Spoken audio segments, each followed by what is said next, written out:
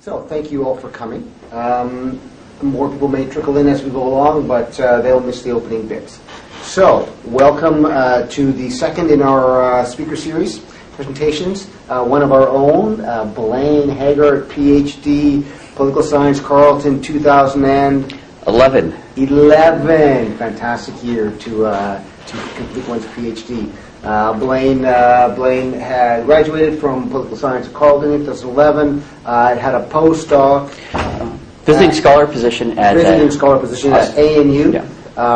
Terrible place to be, especially over the winter months. And then came during the course of that, participated in a difficult job search and landed on his feet at Brock University, St. Catharines, where he's beginning his third year there now. And Blayne is going to come and talk to us today, basically on research that he began here and formed a big part of his dissertation. The book was the heavily revised version of this research was published this year, 2014, by UT Press, under the cool title Copyfight.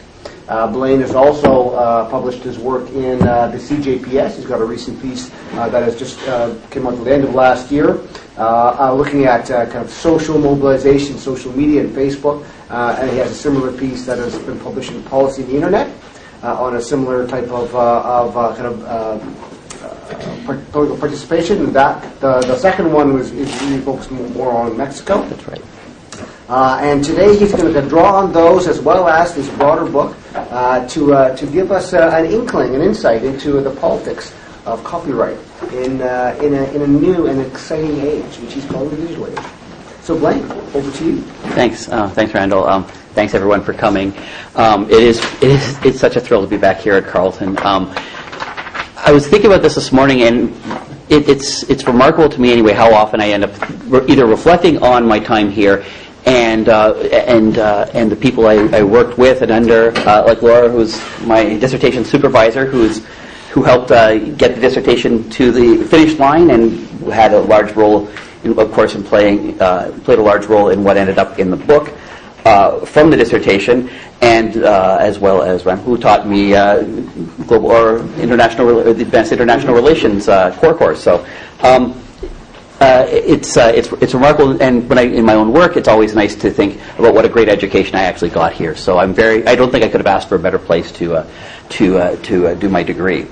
So yeah, so as Randall said, the presentation is going to be based on my book, and it's about what are the politics of copyright. Just very quickly about the book itself, it uses North America as a lens to understand the global politics of copyright reform. And it does so because essentially I use it as a microcosm of the world. You have the global copyright superpower, the United States.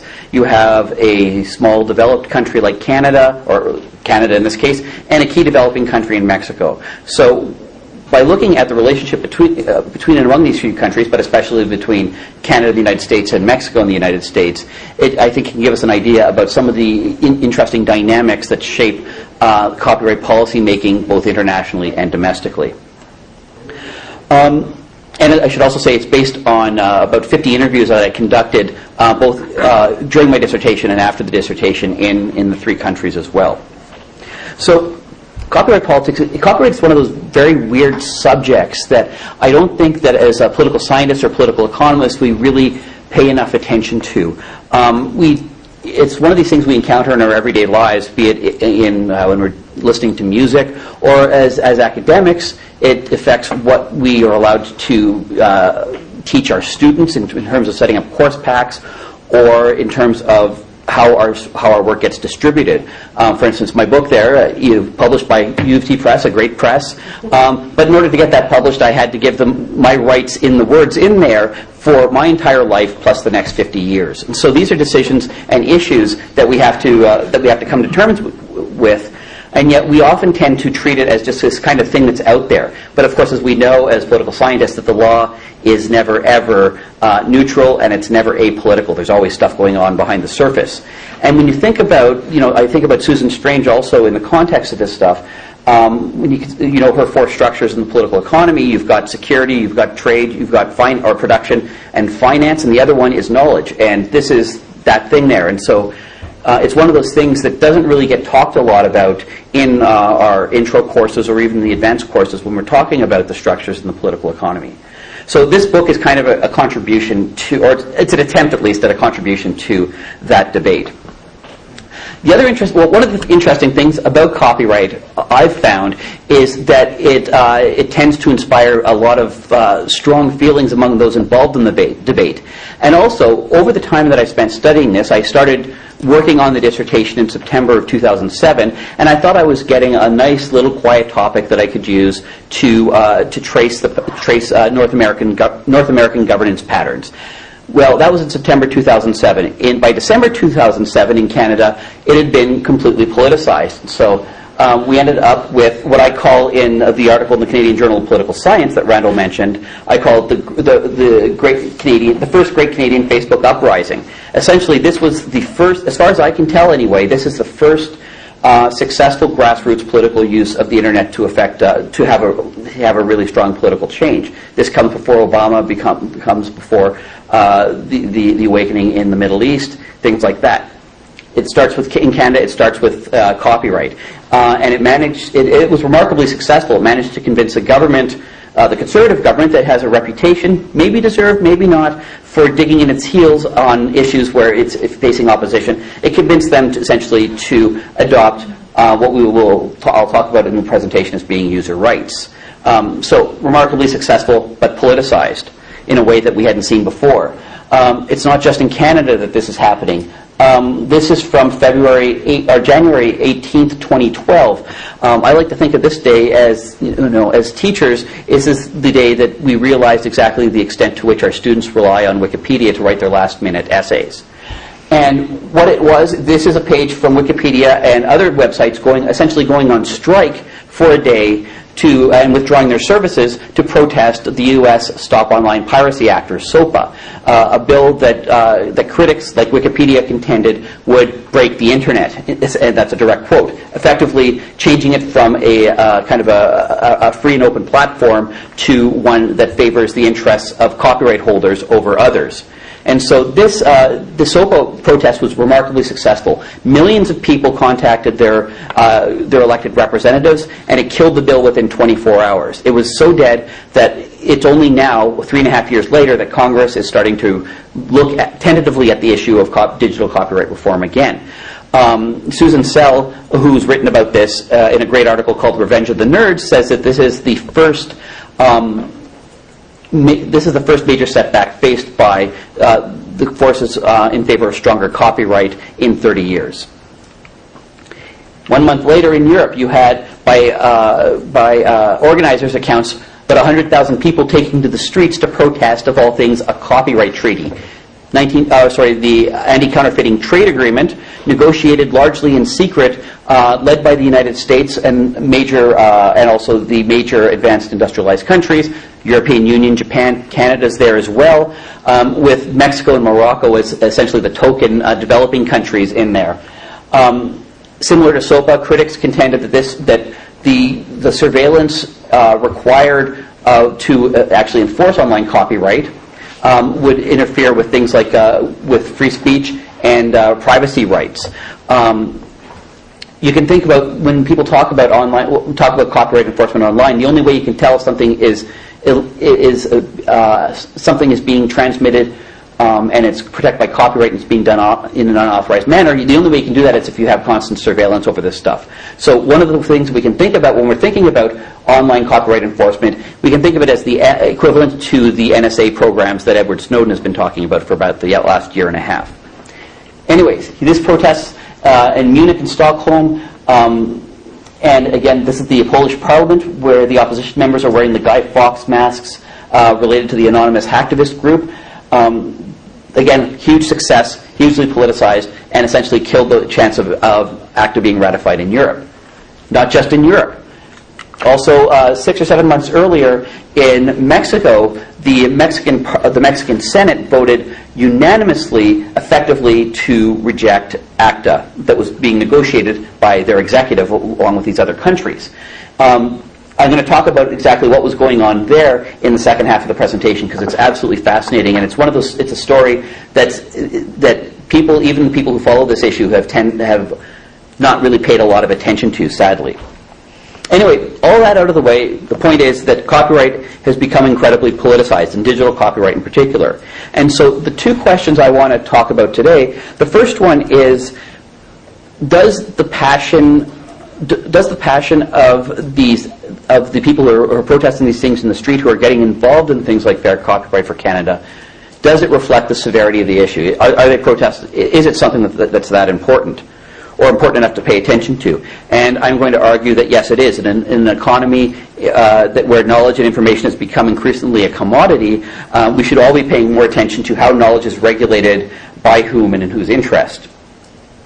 And so I'm going to deal with that in the first part of the presentation. The second one, I'm going to ask the question, if it is the case that this is an important issue, and if it is the case that the interests in favor of ever stronger copyright protection are pushing this in a way that that is not necessarily beneficial to the society, what are the chances that these activists will actually be able to prevail against very strong, deeply entrenched political and economic powers? And I'm going to argue, and this is one of the main arguments and findings of the book, is that the involvement of the public in an issue where the public wasn't previously involved does actually have the potential to challenge the direction of copyright and reform the limits of what's actually politically possible on this issue. And so we have the potential to move from a focus on copyright just as a means of protecting established interests to one where it's more about balancing the perceived need for protection with the right of access and use of information, knowledge, and culture. The other thing I should say here is when I talk about knowledge here, you should also kind of understand that I'm also talking about cultural products. So it's basically knowledge writ large. So this is going on, and it's a global phenomenon.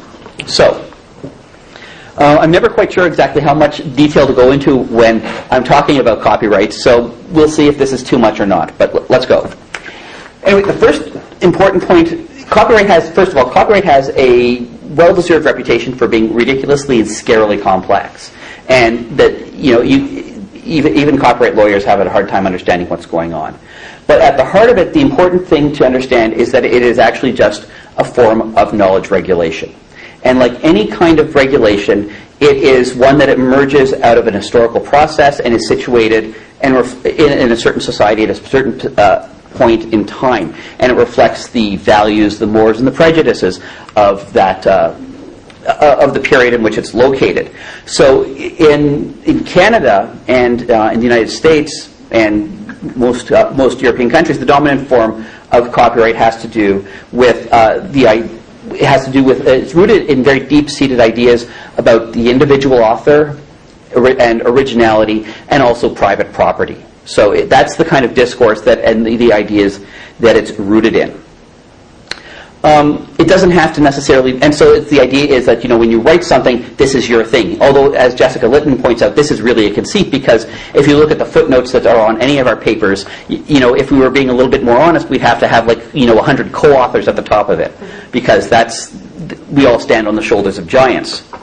And it doesn't necessarily have to be that way. One of the interesting things about looking at intellectual property and copyright is seeing how other countries and other societies do it. So in Canada, if I write a song, then it's up to me to decide who's allowed to copy the song and who's allowed to sing it and so on and so forth. And except in certain circumstances, you can't do that without paying me, or at least asking my permission.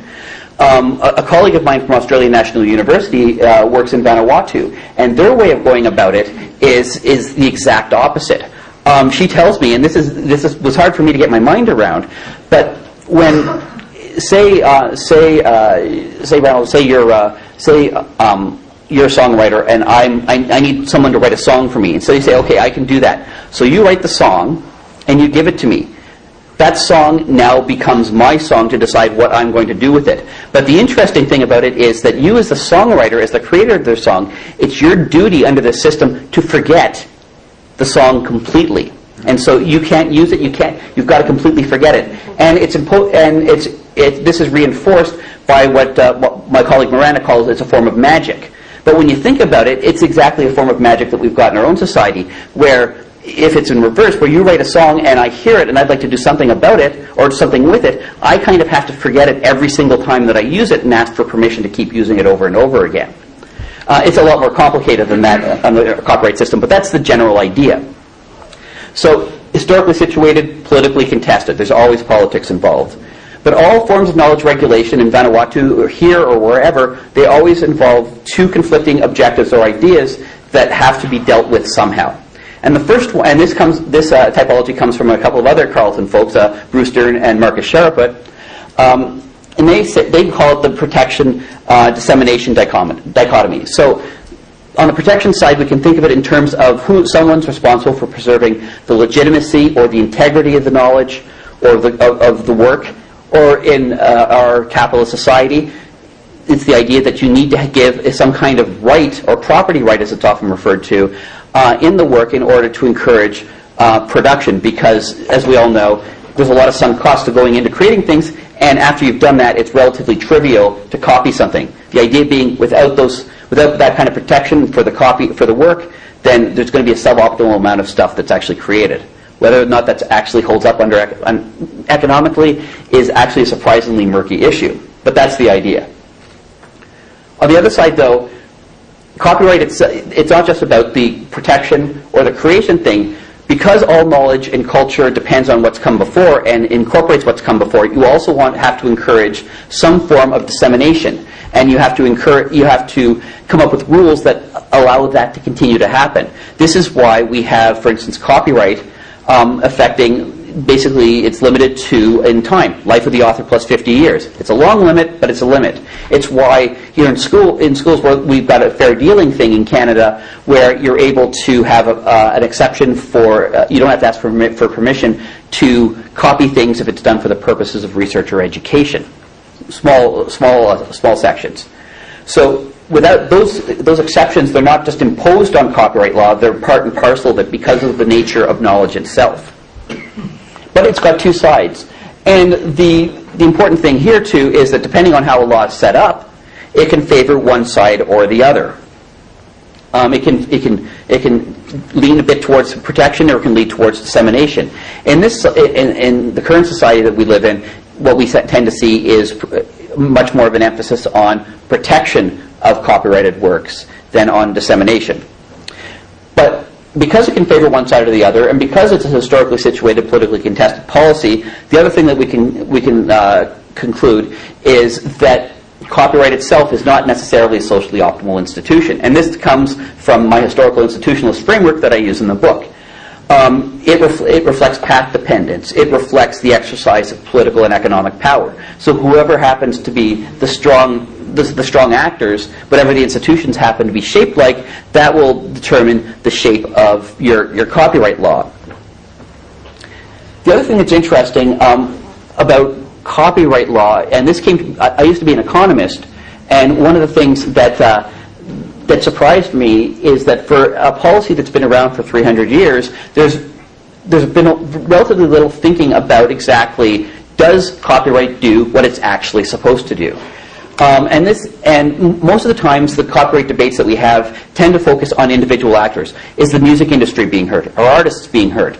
Are users getting the stuff that they need? What it tends not to do is ask the big question that it should be, and I think this is the political science contribution to it, is it doesn't take it from the social perspective.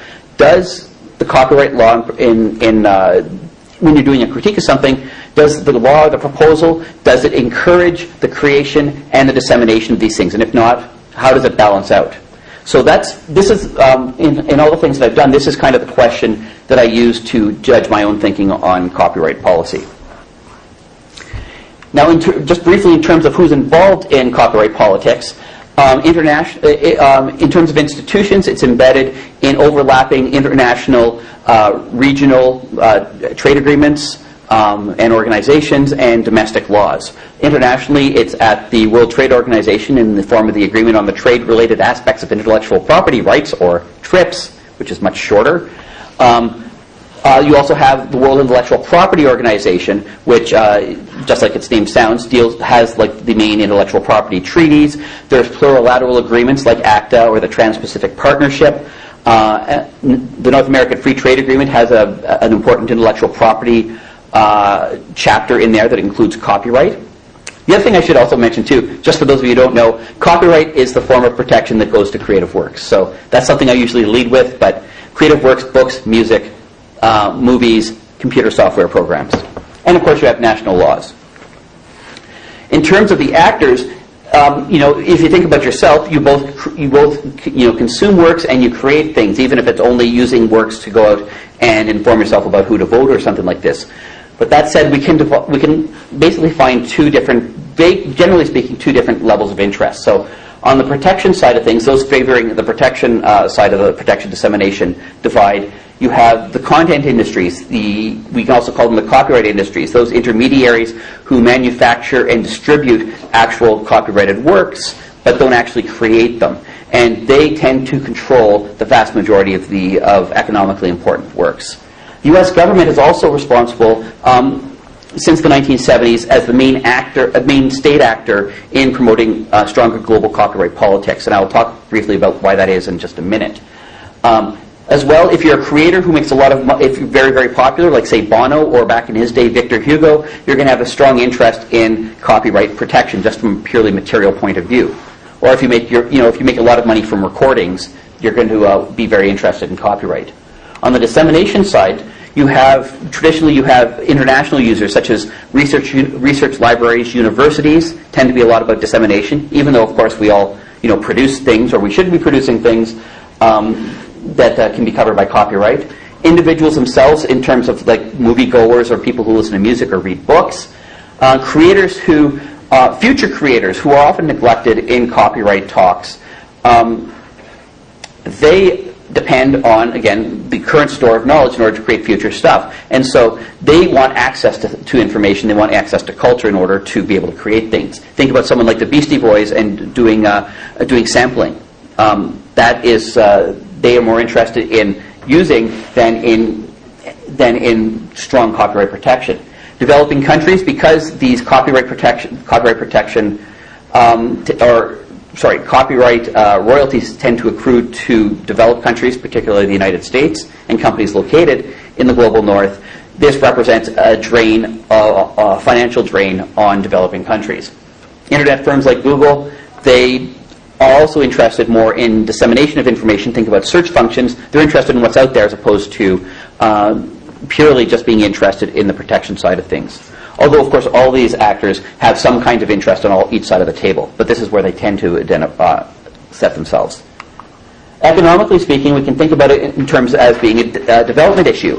Last week I was talking to a student of ours at Brock who's from Ghana, studied at the University of Ghana, and a big problem for them is access to journals and textbooks, which are priced would come from countries like Canada and the United States, priced far out of their price range, and so the university has to be very judicious about which textbooks and how many they're going to buy. In Vanuatu, it's the same thing. They're just in the midst of changing their copyright laws at U.S. insistence to make it illegal to photocopy textbooks. If you're a poor country like Vanuatu, that can be a kick in the teeth and make it harder to develop, because development and just any way you want to think of the word development, it requires knowledge, it requires education. So we can think of it in that term, stronger copyright, as a form of kicking away the ladder.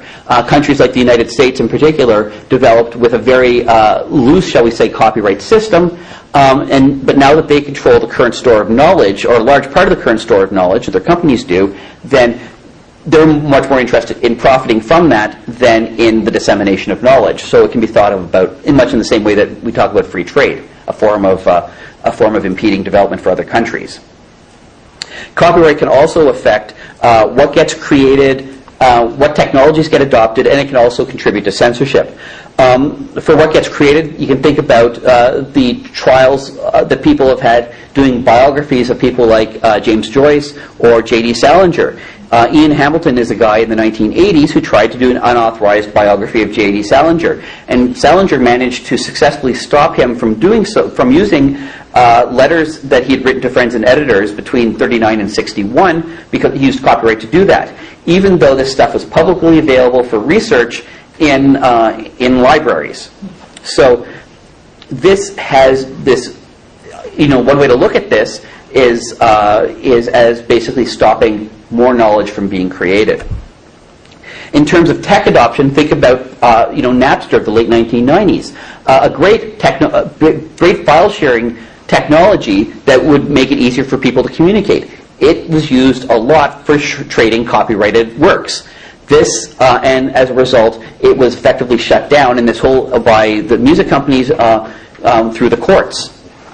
And this has the effect of closing off a very promising possible venue for technological development. In terms of censorship, to get this example, I just typed in copyright and censorship into Google, and there's dozens of examples that come up. And the first one that came up is a good one. The Turkish Prime Minister Erdogan last year tried to shut down Facebook and YouTube because of someone had leaked very embarrassing phone messages that might have shown that there's some problems going on there with a little bit of corruption, maybe. And he decided one of the ways he was going to go about doing that was by said he was taking out a copyright on it and saying that they don't have the right to publish these things. And so this happens all the time, where copyright's not designed to be used as a way to censor speech, but it often has that effect, and people do try to use it that way. So that's the main issue. This is the importance of copyright. And we can talk a bit more about that if you like in the question and answer. Now, setting the stage for where we are right now, the key point, the before and after, essentially the digital age. So pre-internet, the key points are that we were dealing with a technocratic issue that was basically decided amongst interested parties with very little or no public involvement, very little interest in this issue. This is why copyright law is so complex, because essentially it's developed over 300 years as a form of commercial law that is written by company lawyers for company lawyers, large institutions and commercial interests on all sides of the issue. So if you let lawyers go crazy with something like that, this is what they're going to come up with.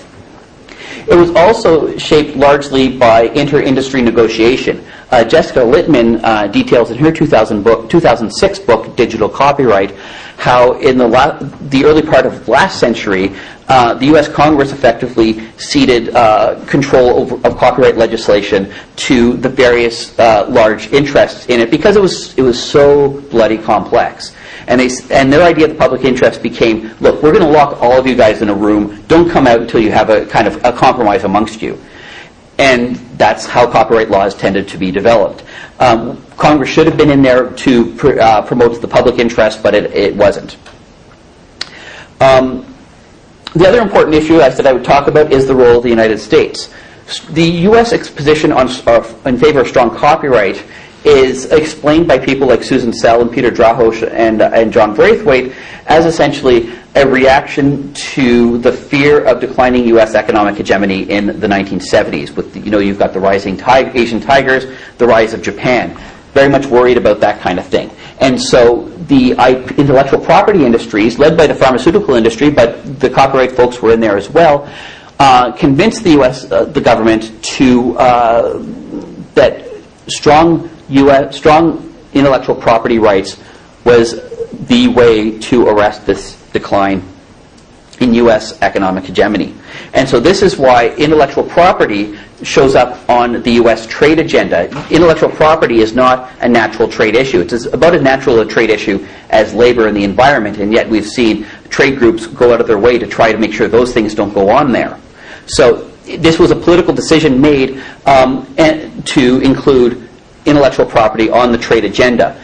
The nice thing from the U.S. perspective for this is that it allows the United States to use access to the U.S. market as a really, really tempting carrot to convince other countries to adopt U.S.-style intellectual property laws. It's one of those things where even if you're a strong proponent of open copyright, if you look at, if you have to judge that against, good access to the U.S. market, you might be wavering a little bit.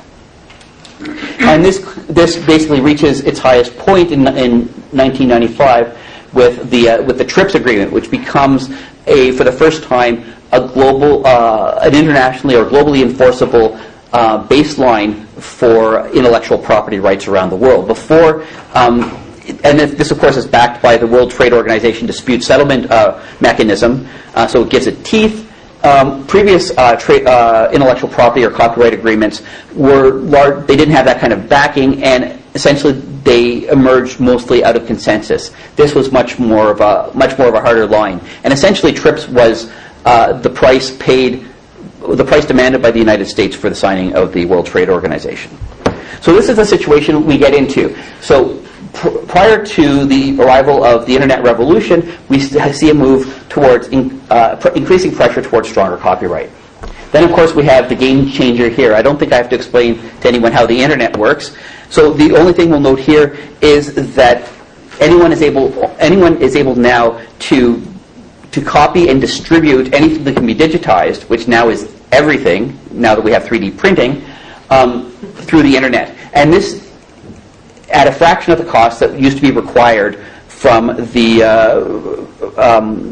that used to be required in the analog era. This is why we needed large companies to do this kind of thing. Now this can be done on the just by someone sitting at the desktop. We could do it right now if we wanted. Now, from one perspective, this is a boon for the dissemination of knowledge and culture. So this is fantastic. I was reading the Ottawa Citizen this morning, and it's a fine newspaper. But there's only about, or maybe not, but in any newspaper, and this can go of pretty much almost anything you can think of, except for maybe the Sunday New York Times, but chances are there's only going to be like maybe 5 or 6 stories that are really, really good and that will really grab you. And yet now we're in a situation where usually you read newspapers online, you're able to have access to a half dozen or a dozen or however many you want. And so as far as dissemination and getting information and education or culture, which is what when people are legally downloading movies, they might be breaking copyright, but they're also basically educating themselves in the culture of their society. So this is a great thing. But the way that it's usually phrased and the way that we tend to focus on this issue is from the point of view of the industries that are directly affected by this. And so the way that they see it is that this is a terrible thing because this is essentially presenting them with an existential crisis. The idea is that what they used to do, now their customers can do. So how do they respond? Now their business model all depends on the protection of the copy. What happens when this technologically is rendered somewhat moot? Well, they responded in a few ways. They've used existing copyright law to sue their customers, applying commercial law to individuals, which is, it's hard enough dealing with in legal situations when we're dealing with something that people are supposed to be able to understand, like murder statutes. But when you're dealing with commercial law like this, that even commercial lawyers don't understand, it can be quite terrifying. But they've also worked to strengthen and change domestic laws and international treaties. And so I've got the WIPO the Internet treaties, which is the main focus of this book, negotiated in 1996 as a way to reform a member's copyright laws for the digital age. The Anti-Counterfeiting Trade Agreement, the Trans-Pacific Partnership, an agreement that we can't really understand, as it's not really a trade agreement, it's more of an economic agreement that touches on much more than tariffs, including intellectual property. And just as an example of the importance of this issue in the digital age, we can think about the issue of providing legal protection to technological protection measures or digital locks. These are the little bits of encryption that are placed on a movie that you download or buy from iTunes, or from a book that from a Kindle book you buy from Amazon, that restricts how you're able to use that book. You're only allowed to use the book on a Kindle or a Kindle app, or the movie on an iTunes or an Apple-related device. Legal protection of digital locks as it stands in Canada and the United States and a few other countries makes it illegal to break these digital locks except under very specific circumstances. Now this effectively transfers the copyright law, which is about who's allowed to copy what and when, to whoever controls the digital lock. So this essentially amounts to a privatization of copyright law. So, and depending on how these locks are set, then this could come into a big problem when it comes to, think about whenever you download an article that you want to, copy and paste a quote into an article that you're writing. You're allowed to do that. But a lot of articles that you download from journals, they're locked, so you can't left or right click on it and put it in your article. That is basically interfering with your fair dealing rights. So that's a very, very small example. But that's kind of what's going on here. So they've also had domestic legislation. And the other interesting thing, and this is something actually my partner is working on at the University of Buffalo, is that we're seeing a lot more private agreements amongst rights holders, such as the movie industry, and internet service providers and online service providers, such as Google and ISPs, to regulate the enforcement of online copyright. And unfortunately, she's not here to talk about this. If anyone's interested in this, it's one of these new areas that's people are only starting to come to terms with. And if you're interested in that, I can put you in touch with her. So at the same time that the Internet's creating an existential crisis for industries, and it's also making it easier for them to track down who's using their works, because as we all know now, we leave a digital footprint every time we get on the Internet. It's also creating new actors. And there's two main actors in particular. The first one is Internet firms like Google that have an interest in dissemination of knowledge. And when we're thinking about these debates, it's useful to keep in mind that companies like Google and all the Internet companies, how young they are. When I was down, and it's only very, very recently that they've kind of gotten rid of their libertarian and we don't need the government kind of ideology and have started actively lobbying Capitol Hill. When I was down in D.C. doing research for the dissertation, and what eventually becomes the book in 2008, I literally could not find Google's sole lobbyist. And it was, I spent weeks trying to get in touch with and track this guy down. And now we're in a situation where Google is one of the top spenders on lobbyists on Capitol Hill. And as we all know, that money doesn't just talk, it swears in D.C. So this is going to start to have an effect on the direction of intellectual property legislation going forward, of some ways. Now that said, in terms of like how far they're going to push the envelope, we shouldn't get our hopes up too high, or we shouldn't expect it to go too far, because at the end of the day, Google is a for-profit company, and they're most interested in stability and knowing how that they're going to be able to make a profit and they're not going to get sued, which means that there is a potential for them, a very strong likelihood, that they will continue the model that we've seen in the past as becoming a new economic actor that will cut a deal that maybe makes copyright a bit more balanced, but will still keep the overall system intact. No, in fact, but it will change the copyright laws in some way. But the real potential for huge change will come from the involvement of the public. Like I said, they haven't been there before, and how the public acts on issues is different from how companies act. And we can see this in how things have been politicized. So, existential crisis, the rise of new actors, but these new actors, particularly the public, are able to get involved for the first time largely because of the creation of social media. And I talk about this in the Canadian Journal of Political Science article about how social media essentially lowers the cost of lowers the cost of participation in social movements, makes it easier for individuals as opposed to large groups to get involved. The interesting question that is going to be the subject of my current research has to do with, can these be sustained over time? But certainly there's no question that they can and they have had an effect. So we've got the fair copyright for Canada. In Canada, we've got the U.S. the Internet blackout, and the Stop ACTA hashtag is what the Mexican activists organized around. And so I'll spend the last bit just talking about that.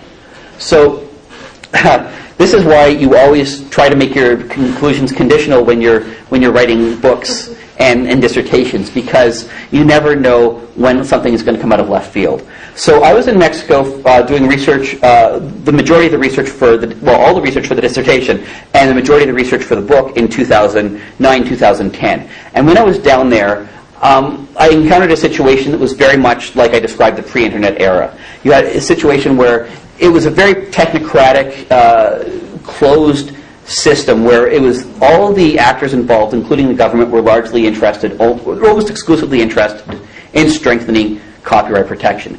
The powers that be weren't that interested in strengthening digital copyright protection at the time because internet penetration rates were just starting to rise. But you could see that's the direction that they were headed in.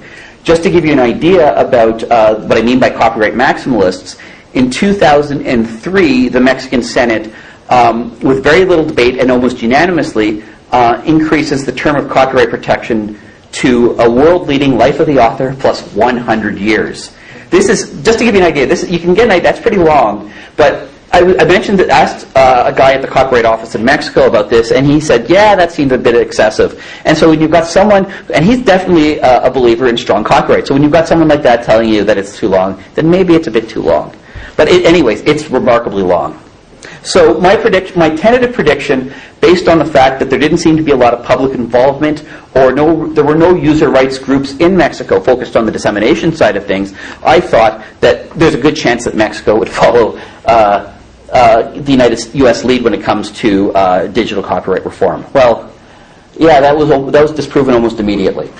So when you look at post-2010, what you ended up seeing is that the creation of a user rights movement in Mexico centered on the issue of the Anti-Counterfeiting Trade Agreement. So called the Stop ACTA movement, organized around this hashtag. So this is pretty remarkable. And like I said, even copyright activists around the world don't really pay a lot of attention to this case. And I think it's a crying shame, because it's absolutely fascinating. So like I said, July 2011, the Senate votes unanimously, effectively, to reject ACTA. It was currently being negotiated, essentially, because the treaty has to be ratified by the Senate. Effectively, they were saying, look, if you send us this treaty, we're not going to ratify it. And this was the work, largely, of about a dozen underfunded activists who work for various organizations, one woman who was an artist. So like, these people aren't representing very, very strong constituencies, and they were all on the outside of the copyright debate. And yet they managed to convince a Senate that not even 10 years previously didn't even think twice about extending the term of copyrights to such a crazy extent. They managed to convince them to unanimously reject this treaty. So, how did they do it? The first thing that came, and so I went down to Mexico in in February of 2013 to talk to the people who were involved in this, including the lead politician on it. And what seemed to come out clear from those interviews was that the first thing it had was the people who were involved in the debate and were driving it had established them not in the copyright field, but in the internet field. So they were, as one guy, Antonio Martinez, who works for Article 19, a London-based NGO dealing with freedom of speech issues, usually focused on things like journalism and things like that, they ended up calling themselves the usual suspects of the internet. About a year and a half before all this went down, they had been involved in a protest called Internet Necesario, organized along that hashtag on Twitter, essentially successfully protesting the imposition of a luxury tax on the internet, because the internet is not a luxury, it's a necessity. And so this was successful, people bought into it, and they became the go-to people for these issues, much like Michael Geist would be here in Canada. The other thing that they managed to do was they had a very strong political ally. Senator Javier Castellón is was the chair of the Senate Science and Technology Committee, and he belonged to the left-wing PRD. He's very much interested in the Internet Necesario issue, and also in issues of net neutrality and these kinds of things from more of a freedom and civil liberties perspective. And Castellón was an interesting character because when they first approached about ACTA, they said, yeah, there's this terrible treaty coming down the pipe. And he says, what treaty? What are you talking about? He thought they were making it up because the treaty was being negotiated in secret, and the government had not informed him or anyone in the Senate that this was going on. And that's not just bad manners, it's also illegal in Mexico. The executive has to inform the Senate when they're negotiating and keep them appraised of what's going on in economic treaties. So in this case, people are very concerned right now, and rightly so, with the secrecy of the Trans-Pacific Partnership and things like ACTA, but this kind of shows how it can very much backfire once it comes time to negotiate the real things like the implementation of these treaties, which is why domestic politics is so important. So this not only annoyed Castellón, but it also annoyed every single senator, because even the ones belonging to the president's party, because the one thing a senator doesn't like, or any politician hates, is to be neglected and disrespected in an area that he or she has responsibility for. So this cost them. The other thing that they did, though, is that they understood their political context within which they were working. And so they decided to basically adopt what I call context-appropriate tactics. They said, well, if you guys are negotiating this in secret, we are going to hold the most open hearings in Mexican Senate history. And this is he tells me that this is like 5 minutes, I can do this. So they get the most open hearings. They hear from everybody. The idea being that we're not going to just like condemn the treaty. We want to get the whole story. And the only people who come out against this are the entrenched copyright industries from these previously closed regime. They also use social media as an organizing tool around internet, around the Stop ACTA hashtag, but also as a way to keep up pressure on the government itself. This is interesting coming in from a country with relatively low internet penetration, and this is something, if someone wants to do a paper on this, it'd be very interesting to look at that. My initial idea is that what's important is not the level of internet penetration, it's political actors' perceptions of the importance of things like Twitter. This comes after the Obama election, where Mexican politicians are starting to think that this is an important area. Very quickly, now moving through the last bits of it, they also framed the issue against where previously the copyright industries tend to talk about protection and property and things like this. They framed it in terms of dissemination, freedom of speech, the importance of the internet, constitutional rights such as the rights to communication. They also were able to exploit corporate allies, like Google appeared in front of the committee, and Telmex, which is essentially the internet monopoly provider down there, or the monopoly internet provider down there, didn't come out until the very end, but they were not in favor of ACTA, and so this kind of helped. And finally, even though ACTA, it's hard to protest international treaties, but this really shows how domestic politics itself is a real choke point, because almost all treaties have to be implemented in some form or another, which means it has to go through specific domestic politics. I'm going to skip over that slide. Just a reminder, one of the nice things about looking at North America is that we can that it also forces us to contend with the fact that the United States is not a monolith. Its own copyright politics are very much in motion, along the same dynamics of Mexico. Finally, wrapping up, what does this mean overall? What are the final conclusions that we can come to about the future direction of copyright? So the first one is the importance of social media and digital technology. The individual interest in favor of user rights was always there, because it's almost kind of a material interest. But it's the ability of social media to help people connect and organize in a much easier way that makes it that much more potent, so they can actually become a significant force in these political issues. And against the second point, against the protection frame, the free speech and the idea of development and how dissemination of knowledge contributes to these things turns out to be very, very powerful, even against something as potent in Western society as the individual and private property. One thing, this gets back to the point on allies and forum shifting that I was talking about in terms of Google, whereas that these are very strong allies that can help, basically more citizen-based user rights movement. But again, might be a mistake to reduce one to the other, because corporate entities have their own specific interests. And forum shifting, it's hard. What we see is moving from domestic legislation to the World Trade Organization, to plurilateral agreements like ACTA or the TPP, and now to private agreements. It's hard for anybody to keep up with that. So this is something to keep an eye out on the future. The Mexican case suggests that small countries do have agency in dealing with these issues. It's not just the United States forcing people to take these things. But like I suggested before, when this stuff is embedded in a trade agreement like the Trans-Pacific Partnership, the trade-offs become much murkier. As well, like I said, maybe it's just a function of where we live, but we tend to focus a lot on the politics of countries like the United States, which is very important, of course, but also Europe and maybe even Canada to a lesser extent. And sometimes we, like I think a lot of transnational copyright activists, tend to forget about it's important what happens in countries like Mexico and other countries, and that there are domestic politics playing out there as well. And finally, one of the reasons I'm most optimistic about what the future direction of digital copyright is the fact that the United States, from the state perspective, has been driving this for a long time. And the Wikipedia blackout reminds us that even if the future isn't set in stone, that these politics are very much in play. So all that to say, this is I think it's a fascinating time to be looking at issues of digital copyright politics and intellectual property in general. Thank you. Thanks, Blayne.